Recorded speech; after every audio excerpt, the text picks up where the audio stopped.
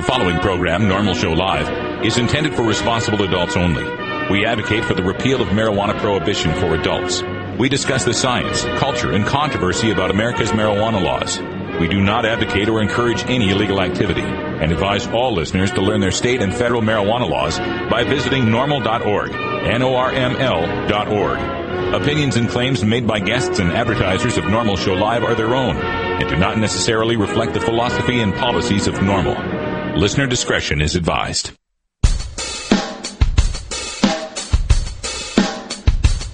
You take a seed, you plant it, you grow it, you dry it, you roll it, you smoke it. You take a seed, you plant it, you grow it, you dry it, you roll it, you smoke it, and it goes down smooth. Hey! Spanning the continent to bring you the truth about cannabis and marijuana law reform. I smoke pot and I like it a lot. From the promise of legalization. And I think we need to rethink and recriminalize our marijuana laws. To the agony of prohibition. One major responsibility is to encourage people to use less drugs. The National Organization for the Reform of Marijuana Laws presents NORML Show Live, Marijuana Nation. Now, here's your host, NORML's Outreach Coordinator, Radical Russ Belville. Good afternoon, tokers and tokettes. It is Thursday, March 3rd, 2011, and it's got to be 420 somewhere in the world. Welcome to Thursday. We're having ourselves a great show today, and we're glad you could be here to join us. Also joining us, of course, in the studio, our engineer pushing the buttons and twisting the knobs, Ganja John in the house. What's up, Russ? Oh, we're having a good time, but we can't see you. You're hiding. Am I hiding? There you are. There I am. Oh, glad to have you here. We also have a guest in the studio hanging out. We got more and more guests showing up from time to time, and that's a good thing. It is a very good thing. Now we're going to have to expand and have seating and everything. Yes. Craft services. A green room and all. Everything. A real green room. Speaking of green room, we're a little bit green today. Yes, we are. We got something in the old jar. Something beautiful here. I'll zoom in for you. It is some New York diesel. Some New York diesel for today. That's how we roll. Oh, that's how we roll. Also joining us from our virtual studio in beautiful Astoria, Oregon, is the lovely Cannabis Carrie. Hello. So does New York diesel mean it's from New York, or that's just a strain name? It's a strain. It originated in New York, but it's a sour diesel cross with something else that escapes me right now. Wow, because you think if it was weed all the way from New York, it would be worth a lot of money by the time it got over here, right? You know, crossing all those state lines? Yeah, I guess so. Definitely. Hey, we have to give a shout out to our friend Grateful Dread Peace Media out there, Natalie with Grateful Dread. She didn't have a song for us yesterday. Actually, the song we played yesterday, I think, was a song we're supposed to play on another day. Yeah. It can happen. And she sent me this email. She was so sorry because she broke her foot. Oh. She broke her foot and she was in a situation where she couldn't call or get in touch with anybody. So, you know, she wanted to apologize to all the listeners. And I'm like, Natalie, it's cool, man. Don't even worry about it. Don't even sweat it, man. You broke your foot. You just get well, okay, darling? On today's show, we have our John Doe Radio Groovin' Thursday tune, but taken over by Ganja John. That's right. Ganja John's going to take it today because we've got more great debut music from the Dirtball that we're going to play. Today's song will be Overdose. At half past the hour, we've got Terry Joyce with our Southern California scene, and she brings today Eric Matushik from the Starbuds dispensary down there in Southern California. And then at 45 past, a little bit of government at work, Michael Cutler, an attorney from Massachusetts, joins us to talk about the medical marijuana bill hearings that just happened this Tuesday in New Hampshire. But before we get to all of that, we've got our hemp headlines with Cannabis Carrie. What's in the news today? Well, today we've got some news on the movement of Washington's medical marijuana amendment bill. We're also going to cover a case where an Oregon man is claiming the courts are playing doctor. Also, we're going to cover that bust of the TSA agent, and if we have time, we're going to go to a world festival that they're having a crackdown on marijuana as well. Okay, all of that news coming up right after this first break. Also, big correction for folks that may have caught the story out of the AP yesterday saying that Timothy Guerin, the Seattle musician, had died waiting for his liver transplant, the medical marijuana patient. Indeed, he did die back on May 1st, 2008. The reason, who knows why the AP ran this story again, but it's a You're sad listening story. to NORML Show Live, the voice of the Marijuana Nation.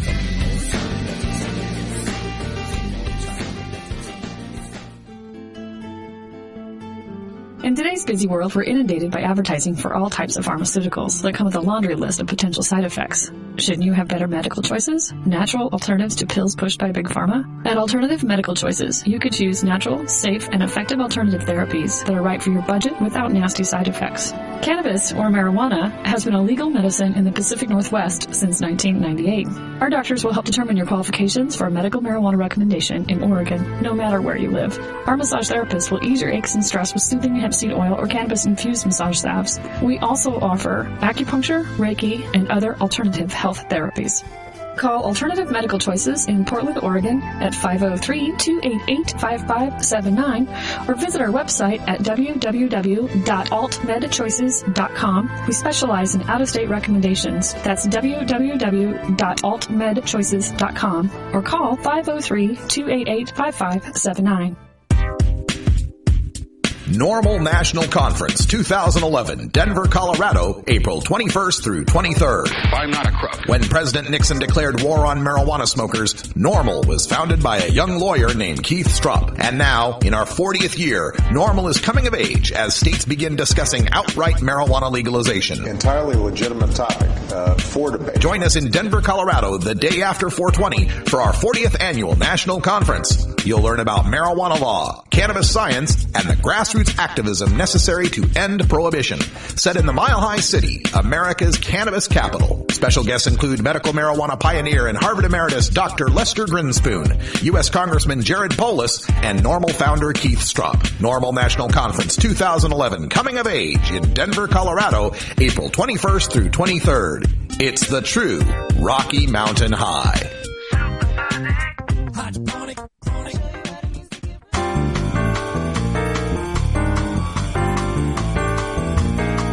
Medical marijuana, industrial hemp, consumer cannabis. It's time for this week's NORML News with Cannabis Carrie. Washington State's medical marijuana law looks like that might be headed for some changes. Washington senators approved a bill on Wednesday night that would establish more regulation but give Washington State patients more protections than the current system. Senate Bill 5073 passed in the Senate after a lengthy debate and ultimately winning by a 29 to 20 vote split. The measure will now move on to the House for consideration, where it will undoubtedly trigger even more debate as the bill works its way through the legislative process. One of the bill's main focuses is a problem that exists in the current Washington medical marijuana law, that while the law is clear that it is technically legal for a patient to possess marijuana, it's unclear about the proper way to access it. Although it is happening in much of the state, current law does not allow the sale of cannabis to patients, although you are allowed to grow it or have the caregiver to grow it for you, a process that takes months of time and is somewhat difficult, especially for very ill people. Many patients have now formed collectives contributing dues to help cover the cost. That is the technical side of, say, a large dispensary in Seattle that serves basically thousands of members. Current law is silent on dispensaries and collectives, and prosecutors around the state have taken different views on whether they are permissible or not. But even though the state, Washington State Health Department says that they are not allowed to have dispensaries or collectives, the Washington State Revenue Department has started asking for sales tax revenue from dispensaries and collectives around the state. Senate Bill 5073 will also clarify who can grow and sell the products by establishing licenses from the Department of Agriculture to grow and the Department of Health to supervise dispensaries. There would also be a registry that would be accessible to law enforcement with the intent to protect patients from unlawful arrest. There are several amendments that supporters of the bill didn't want passed that senators ultimately did approve, such as banning advertisements of dispensaries in newspapers and requiring dispensaries to run as nonprofit entities. Law enforcement members testified against the bill, saying that it moves medical marijuana much closer to legalization and will make the enforcement of recreational marijuana more difficult. Voting against the bill, Senator James Hargrove, a Democrat from the Hoquiam area, thinks that if law enforcement says it will be difficult, then lawmakers should take another look. Okay, once again, we get the case of the police who are always so fond of saying, well, you know, we don't make the laws, we just enforce them. Well, there they are trying to make the laws, or at least trying to prevent the laws from being made.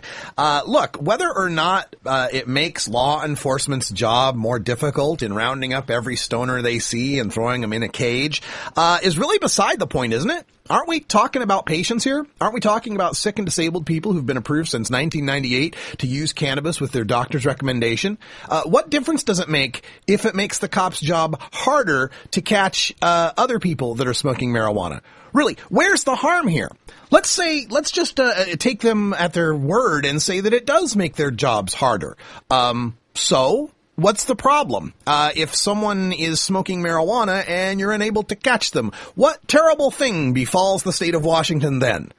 It's becoming more and more obvious that law enforcement is just against these changes for the sake of being against the changes. They just don't like marijuana. They don't want to see any changes to occur. But what we're talking about with HB 5073, you would think would actually make their jobs easier. It's going to create a registry where people will have a card where they can show that they are members of this medical marijuana program. Makes law enforcement's job easier to sort out who are the people they can lock up and who are the people they can't when there's a card that tells you who you can't. Don't you think?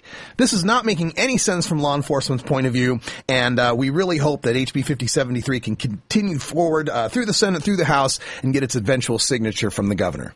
A 22-year-old Medford, Oregon man is claiming that the Oregon courts are practicing medicine without a license by denying him access to medical marijuana while he is on probation.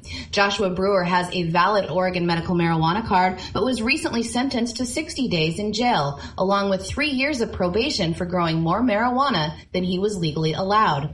In his case, it was a plant that was harvested the day before his September 27, 2009 arrest. He contends that at least half of the plant was not usable marijuana. He was charged with unlawful manufacture and possession of marijuana, and if he violates the terms of his probation, he could be sent to prison for 2 years. For their part, the Jackson County Community Justice Department says that they do not recognize medical marijuana as a legal treatment, and it is still listed as an illegal drug under federal law. Nate Gorian, the project manager for Jackson County Community Justice, says that Brewer, like anyone else on probation in Jackson County, cannot use marijuana since probation requires a citizen to violate no law. Attorney Lee Berger said that cases like Brewer's present an argument that the rules themselves are a violation of the patient-physician relationship and may also violate the Eighth Amendment. He says that it could be construed as cruel and unusual punishment if you deny a person their necessary prescription medicine when other options such as opiates are not appropriate or effective, or if the side effects are intolerable. Brewer said that he and his 4 doctors have all agreed he should use medical marijuana over prescription opiates to ease the chronic pain he suffers as a result of injuries sustained in a vehicle accident. He said at one time they had him on 1,000 milligrams of Vicodin a day, and the next step was Oxycontin. He said that is when he said, no way, he has kids to take care of and can't afford to be a zombie. But Nate Gregorian says that marijuana isn't recognized as a legal prescription and that the department would have no way to monitor the amount of medical marijuana a parolee may be using, adding that they could not monitor how many times a day a parolee is using and if they are instead just abusing. The 22-year-old plans on appealing the conviction. Wow, that's the issue, huh? Is that the parole here, the probation people won't know how much he's using and why he's using it. We wouldn't be able to afford to have maybe a probation officer sitting with him 24 hours a day, asking him, very detailed questions. How are you feeling right now? Is the ache in here? Are you feeling pain in your back, or are you just trying to get high? Really? That's the level we want to go to? Again, where's the harm? Let's suppose this guy is on probation and he doesn't happen to be in severe pain that day and happens to smoke a joint. What's the difference than if he was in severe pain at that time? Look, he's got 4 doctors that prefer him to use cannabis here over any other potential remedy. And I agree with Lee Berger here. Cruel and unusual punishment to deny medicine from people. You don't hear about this when we're talking about guys that are getting, what is it, 1,000 milligrams of Vicodin they're putting this guy on? And they don't want to have a probation officer there to monitor that. What if he's taking a Vicodin when he really isn't feeling in pain? It's the exact same argument here, but it all gets hung up because marijuana is not a prescription medicine. If it were prescription medicine, case closed, no argument here. But again, because marijuana is not treated like other medicines, like it's written in the Oregon Medical Marijuana Act, we continue to have these ridiculous conditions of probation and parole. Once again, the only solution is to legalize. A TSA agent in Buffalo, New York has been arrested for helping a marijuana dealer and his cohorts bypass airport security to smuggle marijuana and cash out of New York State. Minetta Walker's position as a behavioral detection specialist and officer gave her free rein at the Buffalo Niagara International Airport. The 43-year-old used her position to help Derek Frank and his associates avoid full-body scanners, luggage x-ray machines, and secondary screenings at the gates. Frank and 23 other suspects have been arrested in the continuing investigation. In some instances, federal agents say that she personally escorted drug suspects so they could fly without being searched, one time even allowing Frank to fly under an assumed name. In August of last year, she helped him fly to Phoenix on a standby Southwest flight without any luggage using someone else's name. Her activities included tipping off suspected drug traffickers while they were under surveillance at the Buffalo airport by making cell phone calls to them. DEA and the FBI, along with Immigration and Custom Enforcement, along with some top-ranking TSA agents, all collaborated on the probe. She is being charged with violating federal security requirements and conspiracy, and if convicted, she could get 6 years in prison and a $350,000 fine. The man at the center of the investigation, Derek Frank, is charged with criminal enterprise, possession with intent to distribute, and the distribution of 100 kilograms or more of marijuana and conspiracy. Now that qualifies him as a marijuana kingpin, and if convicted, he faces a mandatory prison term of at least 20 years and up to $2 million in fines. Let's see here. Note to self. Cancel trip to Buffalo. All right. This is an interesting story here, but it once again shows how the corruption of the drug war takes root everywhere. You know, we get all these corruption stories out of Mexico because we hear such outlandish figures. You know, these Mexican police who get paid $400 or equivalent, you know, really low wages, and then get, 20 times that as a bribe. But don't think that it's not happening in the good old USA as well. These big shipments of drugs, marijuana, all of these different things can't happen without corruption endemic within our system as well. And this can only be eradicated, once again, by taking away that financial incentive, to take away that legal incentive to want to skirt the laws this way by buying off TSA officers and police officers and detectives and so forth. Again, let's legalize marijuana so we can once again trust our police and security forces. And in Kathmandu, Nepal, authorities have banned marijuana sales during a popular Hindu festival where holy men traditionally smoke cannabis and share it with others, according to police. The festival started on Wednesday at the Kathmandu Pashupati Temple and is called the Shivarati Festival. The temple is lit with ghee lamps and remains open throughout the night. And this year, about 500,000 devotees attended the start of the festival, and thousands of holy men from Nepal and India traveled to the site to mark the end of winter. It is at the nighttime bonfire where the devotees traditionally smoke a lot of marijuana. Police Chief Santosh Rathore says that the festival is getting to be known for the drug use more than the marked day as an important religious festival. This year, he has instructed his police to not allow any sale of cannabis, even if there is a religious connection. He said that last night the police patrolled the area and mainly stopped the marijuana dealing, but did not prevent the holy men from smoking it. At least 50 people were detained last night, but released this morning after receiving written warnings. The festival has been celebrated for centuries. I think that Bob Seger song makes a whole lot more sense now. Interesting story on this, and interesting as well that they're just going after the sales, but not the use, which, if this truly is, we're talking about a religious festival, we'd hate to see this become, become something different based on people wanting to turn it into some sort of smoke out. So maybe this is something that they should be doing as far as policing the cannabis sales. I have to admit, my knowledge of what's going on in Nepal and Kathmandu is fairly scant, so I can't speak too much on this issue, but a very interesting story, Carrie. Thank you for bringing it to us.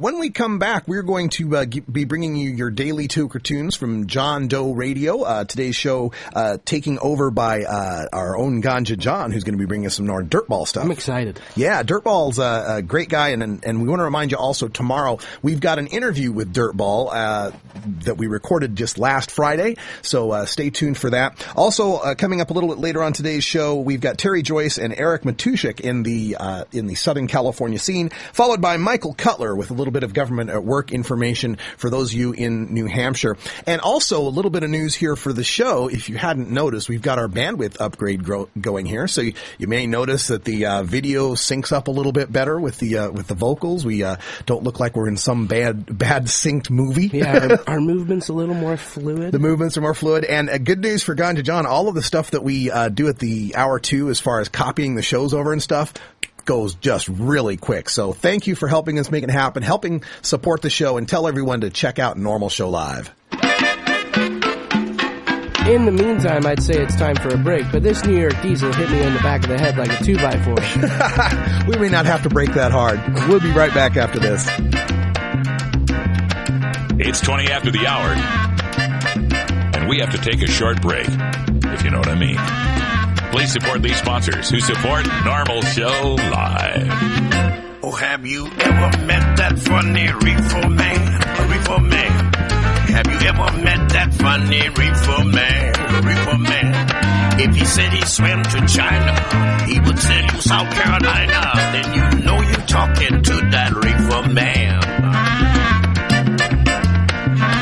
USVI normal go broke down barrier. Herb is medicine to broke down barrier. Boost the economy and broke down barrier. It's helping other states broke down barrier. Cannabis for legalized to broke down barrier. Join and speak your voice broke down barrier. We gonna change the law broke down barrier. We got to educate broke down barrier. Yeah, this is Nayora, you know, bigging up USVI normal. Working to legalize cannabis, you know, for the whole of the Virgin Islands. USVI NORML is a non-profit organization working to legalize cannabis for the use by the industries and responsible adults. Do your part. Join USVI NORML. Register to vote. Pass the word. Voice your opinion. You can change the law. Contact us for more information at 340-244-9179. You can also visit our website at www.usvinorml.org.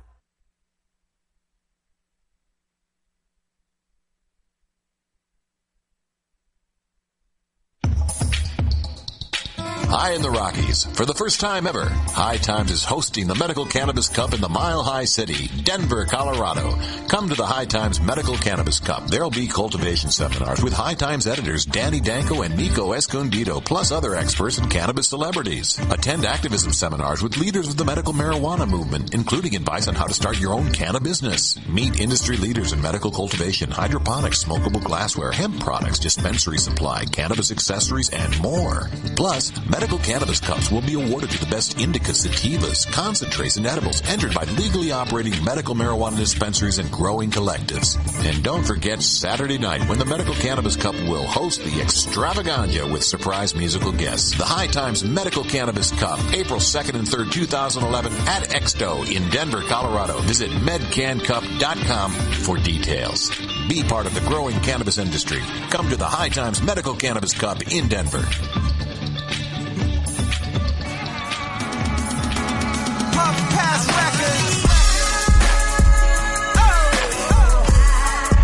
It's time for your daily Toker Tunes, the best in 420 friendly music from all genres that uplifts, entertains, and informs the public.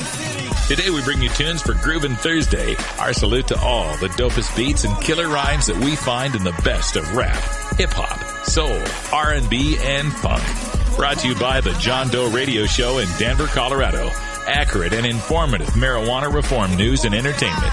Available on the THC Media Network and JohnDoeRadio.com. If you'd like to submit your song to be played on Normal Show Live, send it to us at stash@normal.org. Now here's some more great independent marijuana music for today's Daily Toker Tunes. I kind of feel bad I'm not wearing my JDR hat because that's who I'm repping today, but we're going to play some Dirtball from the new album Nervous System that came out on Tuesday. We have an interview tomorrow with Dirtball that's absolutely excellent. I implore you guys to come and listen. But today we're going to play one of the kind of a more dance tune, hip hop tune, and this one's called Overdose. I hope you enjoy it.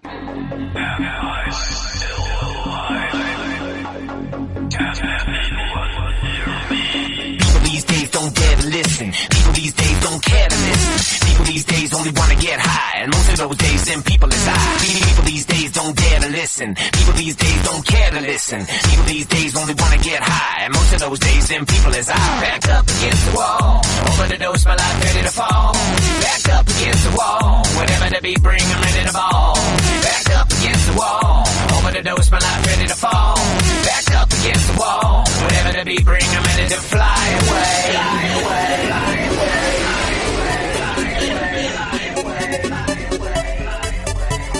I'm zooming and booming and tracing the sky. Above all the clouds, I am flying too high. The pressure's upon me to give one more try, and I know if I do, I may never survive. Yeah, who in the right mind would ever not want to be on another platform? Give it a shot. I said it. Who in the classroom is roaming the halls and breaking down all the walls and really rocking the spot? Now give me all of the bad things I can put up in my bloodstream. Everything at one time, give me the lot. I'm gonna set an example how to really make your heart pound to the break of dawn. Gonna make it the what? People these days only want to get high. Back up against the wall, overdose, my life ready to fall. Back up against the wall, whatever the beat bring, I'm ready to fall. Back up against the wall, overdose, my life ready to fall. Back up against the wall, whatever the beat bring, I'm ready to fly away. People these days don't dare to listen. People these days don't dare to listen. People these days don't. People these days don't. People these days don't care to listen. People these days only want to get high, and most of those days them people is high. People these days don't dare to listen. People these days don't care to listen. People these days only want to get high, and most of those days them people is high. Zooming and booming and tracing the sky. Above all the clouds, I am flying too high. The pressure's upon me to give one more try, and I know if I do, I may never survive. Zooming and booming and tracing the sky. Above all the clouds, I am flying too high. The pressure's upon me to give one more try, and I know if I do, I may never survive. Pump up the volume. Back up against the wall, overdose, my life ready to fall. Back up against the wall, whatever the beat bring, I'm ready to fall. Back up against the wall, overdose, my life ready to fall. Back up against the wall, whatever the beat bring, I'm ready to fly away. Up against the wall, overdose, my life ready to fall. Back up against the wall, whatever the beat bring, I'm ready to fall. Back up against the wall, overdose, my life ready to fall. Back up against the wall, whatever the beat bring, I'm ready to fly away. You want a copy of that song for your iPod? Check out the Daily Toker Tunes at the Stash blog by surfing to stash.normal.org and choosing Media, and then Toker Tunes from the main menu. Starfish Designs, makers of the original Gandalf. I'm Radical Russ, and when I want to relax, I always have my 17-inch long original Gandalf from Starfish Designs nearby. The hand-blown borosilicate glass is strong and easy to clean, and the design is sleek and sophisticated. Starfish Designs are available from Bend, Oregon at a glass retailer near you. For locations, call 541-788-GLASS. That's 541-788-4527.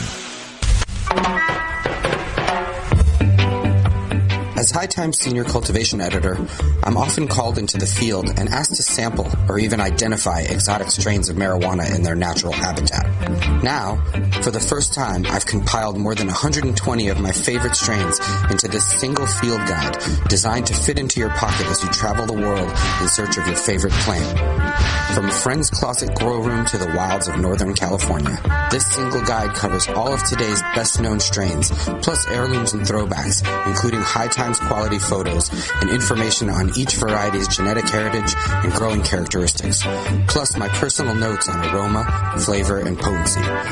So this is Danny Danko, author of the official High Times Field Guide to Marijuana Strains, wishing you good times and great ganja. joined also by Barry McCaffrey, General Barry McCaffrey, I should say, retired general, military analyst at NBC, and most importantly for this conversation, former National Drug Policy Director, very familiar with this conversation. NORML Show Live, where the truth about marijuana gets more than a minute to speak. General, I'm going to begin with you.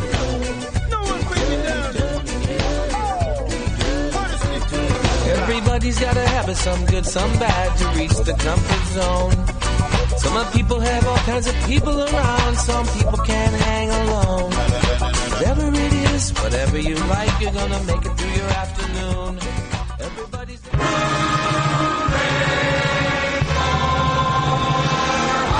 Weed. That's Hooey Valley, hooey-ha. Weed. Where any office boy or young mechanic... Now it's time for a report from the epicenter of American cannabis culture with our Southern California correspondent. You know her from ComedyNation.com and her appearance as a finalist on Season 1 of NBC's Last Comic Standing. It's our friend, cannabis comedian and marijuana activist, the lovely and talented Terry Joyce. Yes, she's our very own Hollywood hemptress. How you doing, Terry? I'm doing really good. Hey, really good. How's your show been going? My show has been, I'm very excited about it. I've done 3 shows now. I got under my belt. Each one feels a little bit stronger, a little bit more in the flow, kind of getting the feel of what's going on. Can get a grasp of the computer that I'm working and everything else. You know how that is. It's it's foreign at first. But I had a really great show yesterday, and I'm going to be archiving it up.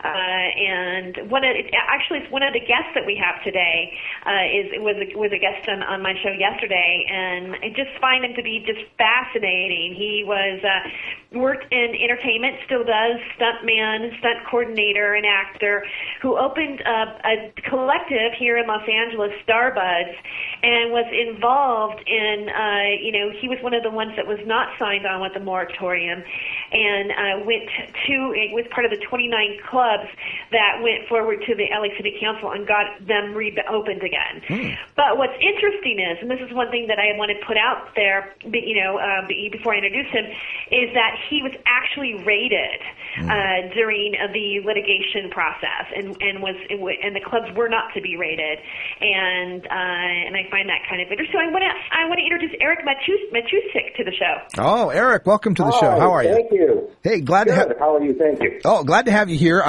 So before we get to the dispensary stuff, let's talk about a little bit about that background that Terry mentioned in Hollywood and entertainment and stunt work. How long have you been doing that, or had you been doing that? I've been doing stunt work for the last 15 years now, and absolutely love it.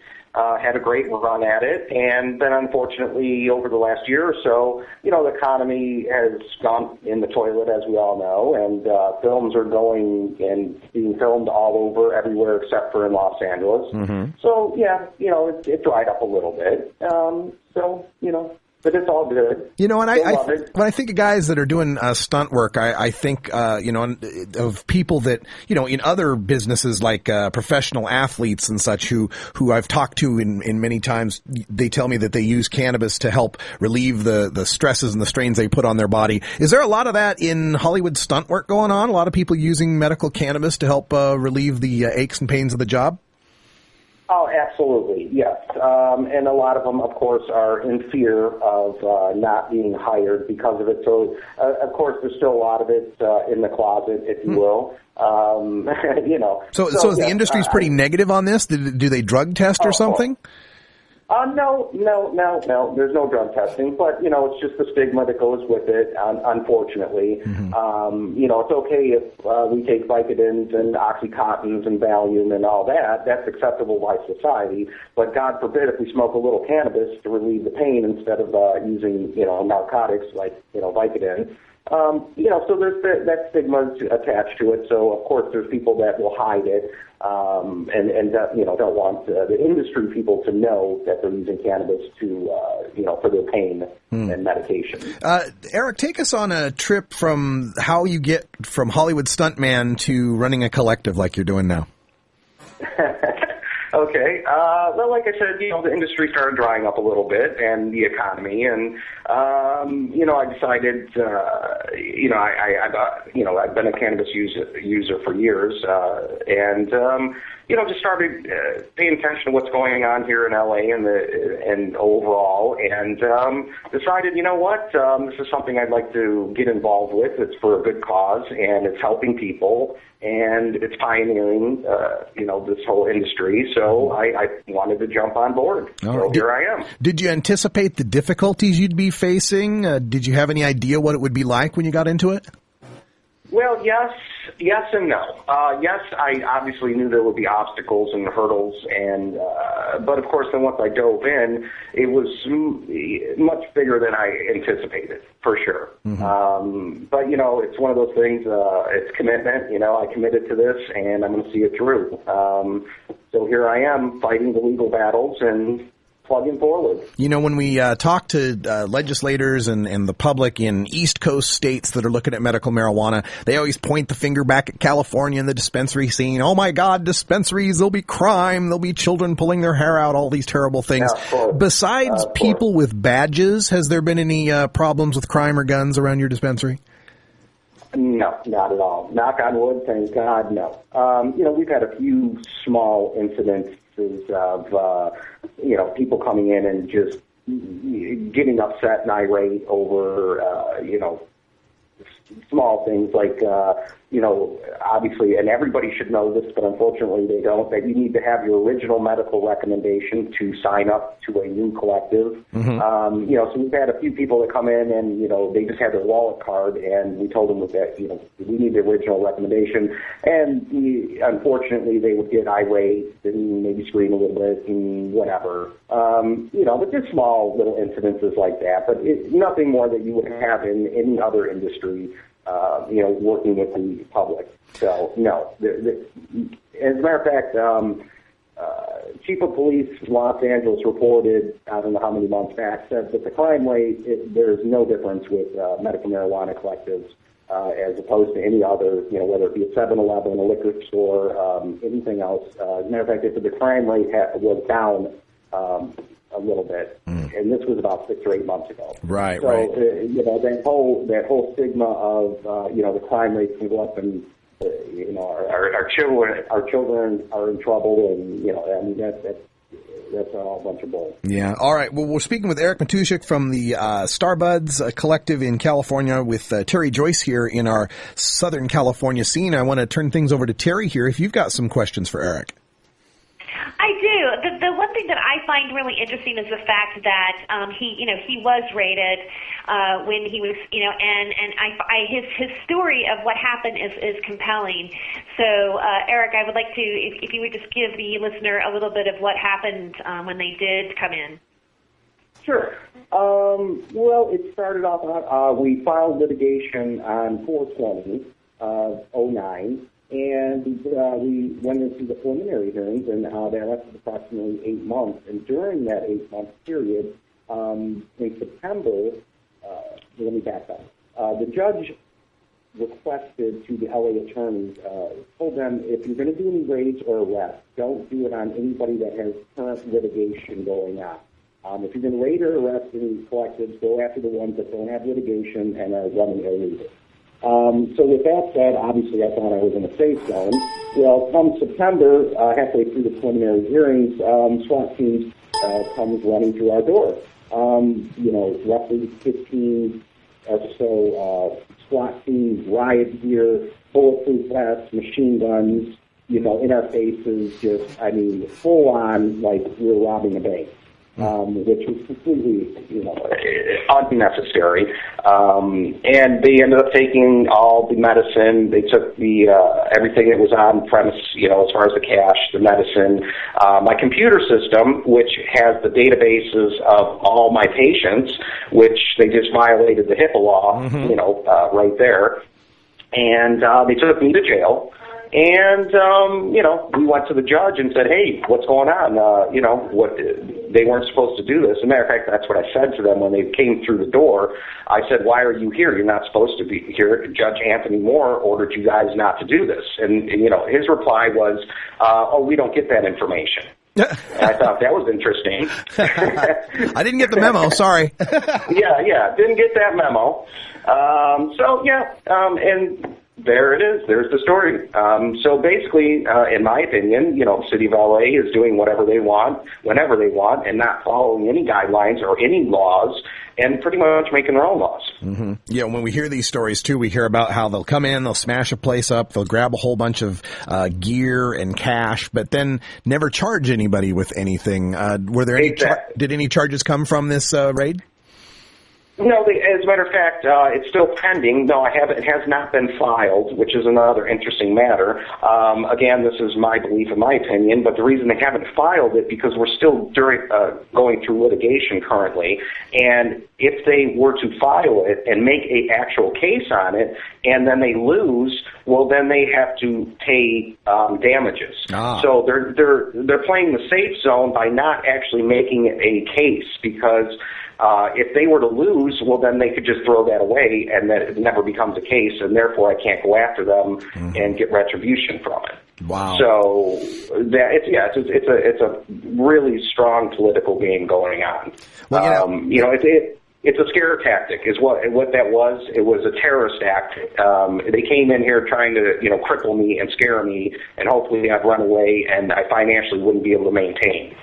Is what it boils down to. Yeah, that's exactly what's going on. And, every time we do a report on what's going on with the LA Council and coming up with rules here, they have a moratorium, and then there's only going to be this many, but now you can have 40 more of them, and now we're going to cut it by 100. I mean, where are you at now as far as being able to continue to run your lawful business?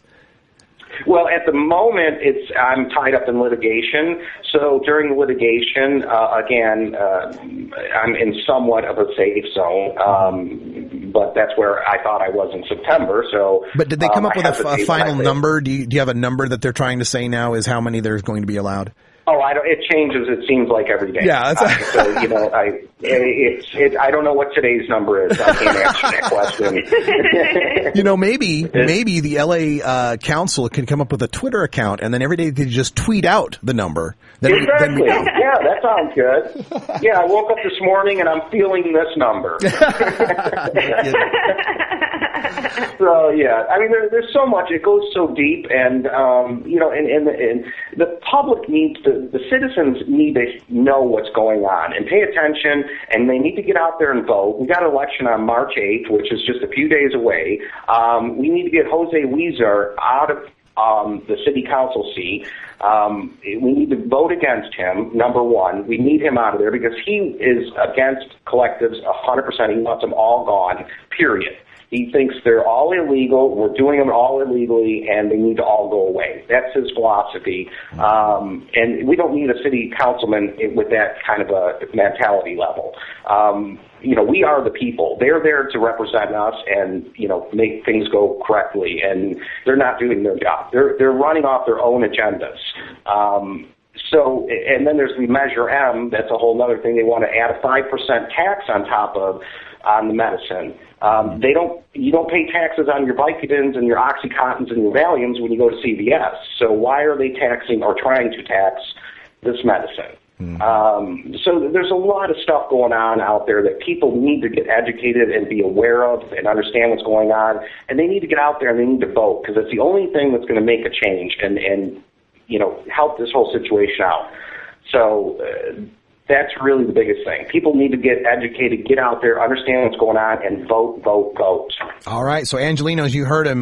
March 8th, that's this next Tuesday, is the council elections. And make your voice heard. I got to wrap things up here, so I'll turn things back over to Terry Joyce. If you've got any news of your career and shows to let people know about and maybe a wrap-up question.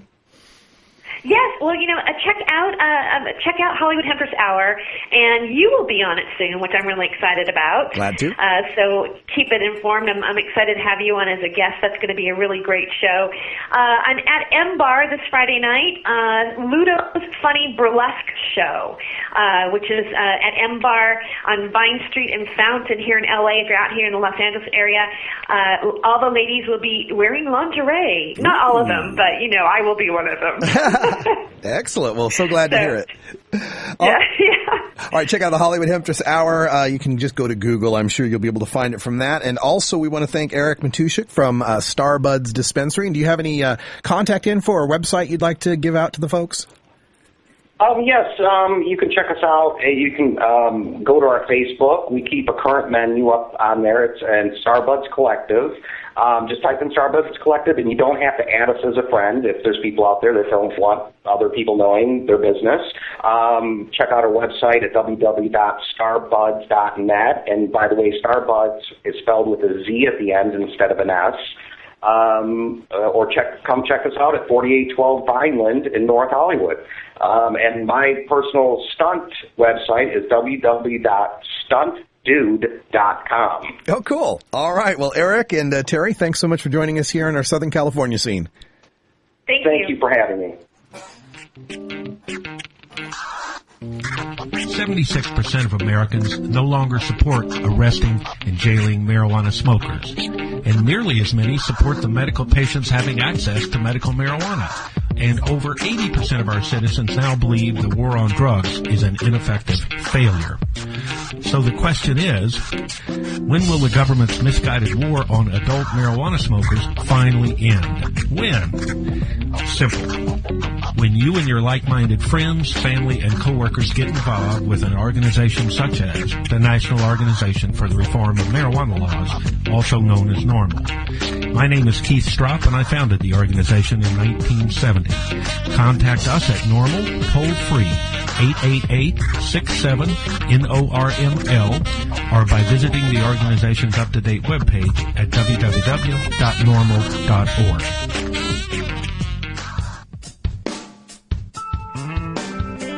NORML stands for Reforming America's Prohibitionist Marijuana Laws, and that cannot happen without directly engaging our government and elected officials.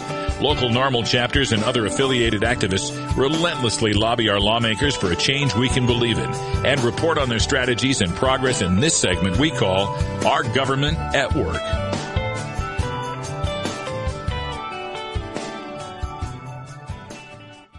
All right, welcome back, everyone. Taking another look at our government at work, we're heading to the New England states right now where there's a lot of activity in the legislatures, and particularly we're going to talk about New Hampshire here with Michael Cutler. He's an attorney practicing in Massachusetts, both in Boston and Northampton, for over 30 years now, working on murder appeals and mental health law. He's been with the NORML Legal Committee for over 20 years, and in that capacity, working on drug law reforms. And he was there in New Hampshire just this last Tuesday to check out the hearings that were going on up there. So, Michael, welcome to the show.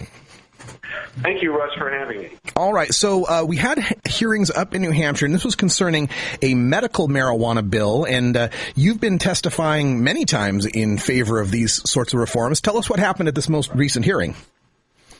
Well, the background, Russ, for this is that 2 years ago, the New Hampshire legislature passed a medical bill. The governor then expressed some objections to it. The legislature then put in all of the amendments he requested and gave the bill back to him. Unfortunately, the governor got the medical marijuana bill on the same day as he got the gay marriage bill as well from their legislature. So fearing that he'd be seen as too compassionate, he decided that there were more votes in supporting gay marriage. So he approved the gay marriage bill and vetoed the medical marijuana bill. Fast forward to this legislative session in New Hampshire, they seem to me, at least in terms of the chairman of the committee hearing this legislation, more than ready to put back on the governor's desk another medical marijuana bill. This was a hearing before the House Subcommittee on Health and Human Services and Elder Affairs. The chairman of that committee is someone who has been a strong supporter of medical marijuana in the past. And at this hearing, which took about 2 hours, all of the legislators, all the state legislators who attended testified in support of the bill, expressing a number of times sentiments about how this was like reforming Obamacare by getting the government out of the patient-doctor relationship. All of the legislators that testified were in favor of the bill. All of the civilians who testified, which is to say people who did not make their money off of prohibition, testified in support of the bill, including 2 severely disabled patients whose testimony was very poignant. And the only people who testified against the bill were the people who, as I said, make money out of prohibition. That would be a member of the Attorney General's office, a member of the state police, and a member of the Municipal Police Chiefs organization. Now, I must say, they all sort of testified in lockstep. They came in together, and they all left together. And a number of legislators commented that they would have enjoyed having some exchange, but it appeared that they were simply showing the flag of prohibition. The committee chair with whom I spoke after the hearing expressed his expectation that the bill would be approved by the committee this coming week and would go quickly to the House floor, where he expected, in the House side of their bicameral legislature, a favorable vote on medical before the end of the month. And he expressed some optimism, it's another chamber over there, that the Senate, the New Hampshire Senate, would also pass it. And in talking with Matt Simon and Kirk McNeil, who are the 2 prime organizers for this bill's support in New Hampshire, they expressed similar optimism about the ability to get the bill to the governor, but they just could not predict how the governor would react but this time around, or whether the legislature would have sufficient votes to overrule a governor's veto if he felt the need to veto it again. The veto almost won, beat back the veto and got the legislation done 2 years ago or a year ago, but they failed by only 2 votes. Yeah. And what Matt and Kirk are not clear about right now is how the massive turnover, the increase of Republicans in the New Hampshire legislature what that will mean to the override prospects. They feel somewhat hopeful about getting the bill to the governor's desk, but they just don't know what the governor's going to do, and they just can't predict the override prospects. Yeah, and what a strange political situation this is, because the governor we're speaking of, Governor Lynch, is a Democrat. The New Hampshire legislature is dominated by Democrats. You had a situation where Democrats were overriding the veto of another Democrat. Can you think of any other issue where that has ever come close to happening? Well, politics does make some pretty strange bedfellows. Let me just correct an observation about what's going on right now in New Hampshire. Over the last 10 years, Democrats have been making inroads in the New Hampshire legislature, but this past time around in 2010, with the increase in Republican elected representatives throughout the country, the Republicans retook the New Hampshire legislature.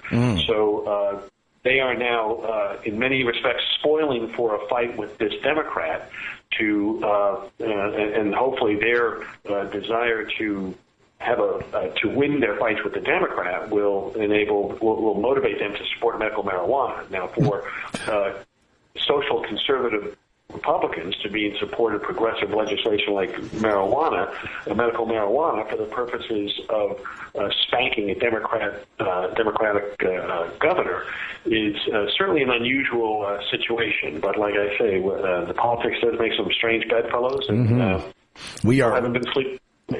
I was going to say, we're certainly through the looking glass on this one. We're speaking with Michael Cutler, who's an attorney in Massachusetts, also testifying up in New Hampshire in support of this medical marijuana bill.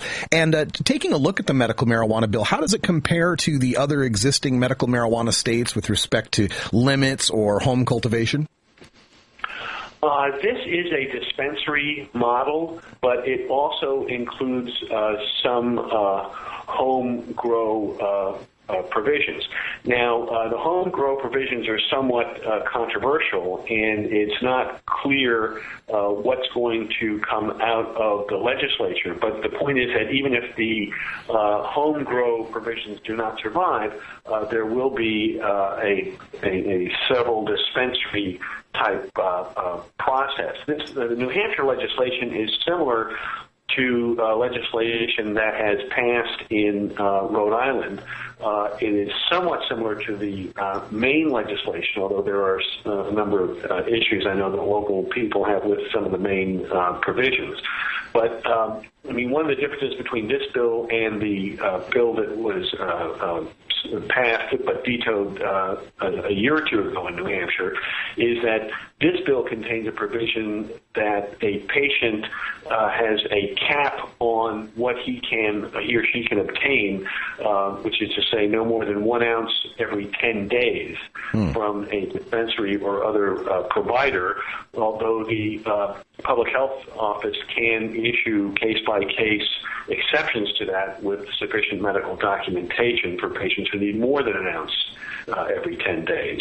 But that is the New Hampshire bill is modeled on the Rhode Island type of a dispensary bill and fairly broad disease descriptions and symptomatic relief, not quite as broad, of course, as the California bill, the California law, but still something that's somewhat broader than, say, some of the bills like New Jersey's, which is quite restrictive. I mean, also hasten to say that medical marijuana in Massachusetts is getting some serious attention this year. The bill is being lead sponsored by actually the state senator for Northampton, where I live, and it has 32 co-sponsors, which is a substantial number of supporters for this legislation in Massachusetts. The bill's been around for a while, but this is far and away the biggest number of legislative supporters that it's ever had. It has not yet been scheduled for a legislative hearing, and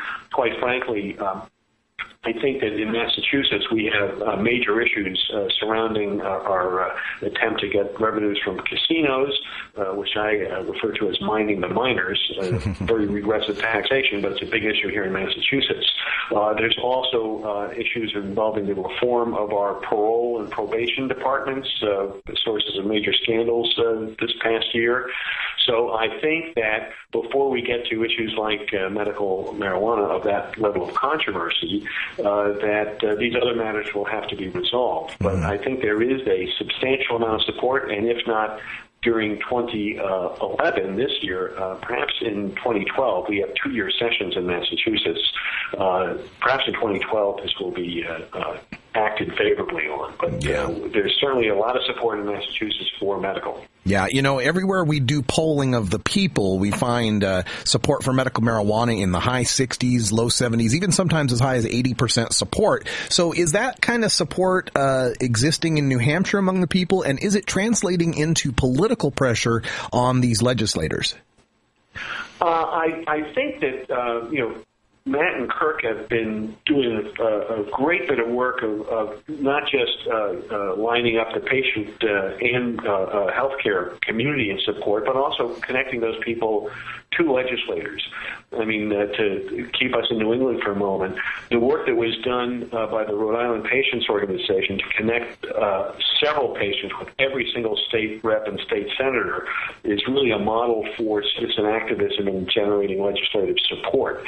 I think that same kind of force and organization is coming to bear in New Hampshire, and that there is overwhelming popular support. I think one of the things, apart from this issue of getting the government out of people's personal business, that sort of libertarian streak in the live free or die state, is also the idea that where there is so much support for being compassionate for patients, the idea that law enforcement, who are the absolute only people who are opposing this, I mean, there's not even any Mothers Against Drug Driving or other type of drug-free society types that have come out on the medical bill. All of the opposition is from law enforcement. For law enforcement to be coming down so dramatically against where the will of the people are is just not a scenario I think that in the long term law enforcement really wants to be involved with. And I think that the level of objection to this legislation, I witnessed at the hearing earlier this week, is perhaps some evidence of that. So I think the people are being heard in New Hampshire, and this legislation seems to be developing some momentum. How it's going to work in the Senate side of the New Hampshire legislature and how the governor's going to react to it are things in the future. But at least looking at my experience in the House of Representatives in New Hampshire, the legislators seem to be listening to the people. Well, that sounds like good news to me. It's a developing story here in New Hampshire. We're fighting for medical marijuana in the legislature, and all throughout New England, there's all sorts of great reforms going on. We encourage you to check out our local NORML chapters in the New England area, and if there's not one near you, send me an email at stash@norml.org. We'll help you get started to form one. Michael Cutler is an attorney in Massachusetts, practicing in Boston and Northampton, and a member of the NORML Legal Committee. And thanks so much for filling us in on what's happening up there in New England. We appreciate it. You're welcome. All right, folks, let's head off into Hour 2, Toker Talk Radio, coming up next with me and Ganja John. We got some great old Reefer Jazz Cad Calloway videos to show you, plus some Reefer Madness debunked on Joseph Califano on the Bill O'Reilly Show that we've digged out of the vaults. It's going to be a good time. Hour 2, Toker Talk Radio. For Ganja John and Cannabis Carry, I'm Radical Russ. Thanks for joining us, and until next time, take care of each other, Tokers.